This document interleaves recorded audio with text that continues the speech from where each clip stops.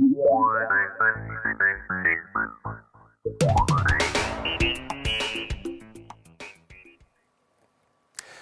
et bienvenue sur Expert. On vous retrouve tous les jours avec nos experts qui vous donnent des conseils dans tous les domaines d'activité. À suivre bien sûr tous les jours à la télévision, également sur Internet, sur les applications tablettes et mobiles iPhone et sur notre web radio expertradio.fr. À mes côtés aujourd'hui, un avocat, une avocate plus précisément, maître Dalia Arfi El-Kaïm. Bonjour cher maître. Bonjour Yves. Avec vous, nous allons parler du droit social, du droit du travail et plus précisément sur le licenciement pour cause personnelle, pour motif personnel. Il y a de nombreux licenciements qui existent. Est-ce qu'on va déjà dire un petit mot quand même sur ce licenciement? Qu'est-ce que c'est précisément? Alors, à la différence du licenciement en matière économique, le licenciement pour motif personnel repose sur la personne du salarié. Il ne peut absolument pas être fondé sur un motif discriminatoire et doit impérativement être invoqué pour une cause réelle et sérieuse. Une cause réelle, c'est-à-dire des motifs objectifs, matériellement vérifiables, sérieuse, c'est-à-dire d'une importance suffisante pour justifier le licenciement. Alors, c'est le plus répandu, non, ce licenciement? C'est le plus répandu. Motif personnel, on peut invoquer par exemple l'insuffisance professionnelle, mais l'employeur peut également invoquer une faute du salarié.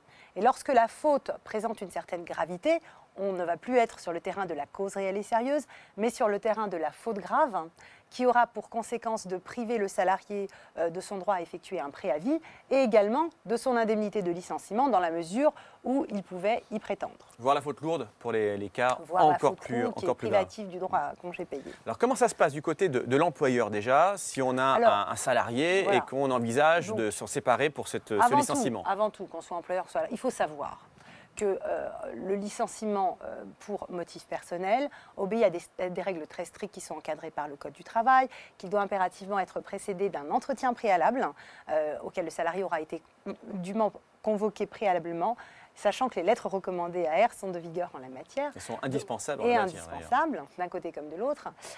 Donc quand on est employeur, alors, quand on est employeur, je ne peux que conseiller de faire appel au service d'un avocat pour s'assurer déjà de l'opportunité de procéder à un licenciement, pour voir si les motifs sont pertinents déjà dans un premier temps. Et l'avocat pourra accompagner l'employeur tout au long de cette procédure de licenciement. Le réflexe numéro 1 pour l'employeur, ça va être déjà de bien regarder attentivement la convention collective applicable, s'il y en a une applicable à l'entreprise, pour s'assurer, par exemple, que la convention collective ne met pas à sa charge l'obligation d'avoir préalablement notifié telle et telle sanction au salarié avant de procéder à un licenciement. C'est déjà vraiment le premier réflexe. Ensuite, l'employeur doit prendre soin de se constituer un dossier de pièces avec des attestations de témoins, des lettres, l'échange de mails, courriels avec le salarié. D'autres salariés, ça se fait ça également? D'autres salariés, ça peut être le cas, des lettres de mécontentement de clients. Et il doit vraiment avoir ce dossier de pièces en sa possession au moment où il va introduire sa procédure de licenciement. Voilà, donc faire très attention à cela. Il faut savoir également que l'employeur ne peut procéder à un licenciement pour motif personnel pour des faits remontant à plus de 2 mois au jour de du lancement de la procédure de licenciement. Ouais, l'envoi des lettres de licenciement. De l'envoi de la convocation à l'entretien préalable. Et sinon, il ne peut pas non plus procéder à un licenciement pour des faits dont il aurait eu connaissance depuis plus de 2 mois. C'est également cette question de prescription. D'où l'intérêt de demander à son avocat pour ne pas se mettre en tort et être sanctionné. Et la lettre de par un licenciement est importante à la virgule près parce qu'elle va fixer les limites du litige. Donc il faut vraiment que l'employeur invoque tout ce qu'il a reproché au salarié dans cette lettre. On se base sur l'aide de licenciement, donc très important, il faut la bichonner. Voilà. Alors ça, c'est du côté employeur. Du côté employé, du côté du salarié maintenant, comment ça se passe pour se défendre si on reçoit une lettre de licenciement pour motif... pour cause personnelle, comme on dit. Alors, il faut savoir qu'on a en droit français un droit du travail extrêmement protecteur des salariés. Donc, il y a quand même quelques règles d'or à respecter pour le salarié.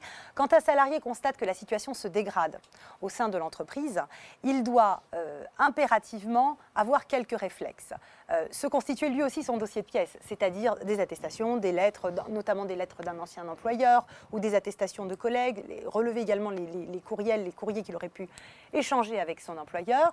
S'il subit sur le lieu de travail une dégradation de ses conditions de travail ou une situation qu'il suppose être du harcèlement, également, il ne doit pas hésiter à saisir le médecin du travail, à consulter les délégués du personnel, mais également, dans certains cas, notamment pour dénoncer des situations de discrimination au sein de l'entreprise, à saisir l'inspection du travail.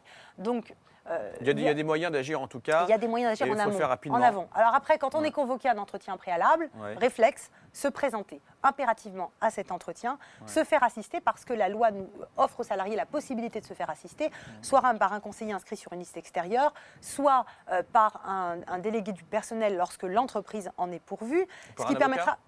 Alors non, pas par un l'avocat. avocat, c'est soit un conseiller, soit un délégué du L'avocat personnel. intervient après éventuellement. Après le licenciement. Alors, Après le licenciement. Il nous reste 10 secondes juste pour répondre à une question de téléspectateurs, parce que vous pouvez également poser des questions aux experts qui sont là. Vous allez sur le site, il y a une petite page pour poser toutes vos questions à l'expert. Juste en 10 secondes, s'il vous plaît. La rupture conventionnelle, on en parle beaucoup, parce que là, on parle de monde de contentieux, de licenciement, etc., de prud'homme éventuellement si on n'arrive pas à s'arranger. Juste un mot sur la rupture conventionnelle, qu'est-ce que c'est ?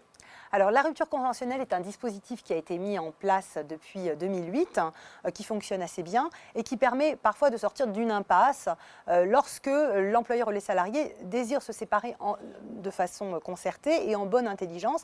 Il est possible d'avoir recours à ce dispositif, ce qui marquera la rupture de la relation contractuelle et qui ne privera pas le salarié de sa possibilité de s'adresser...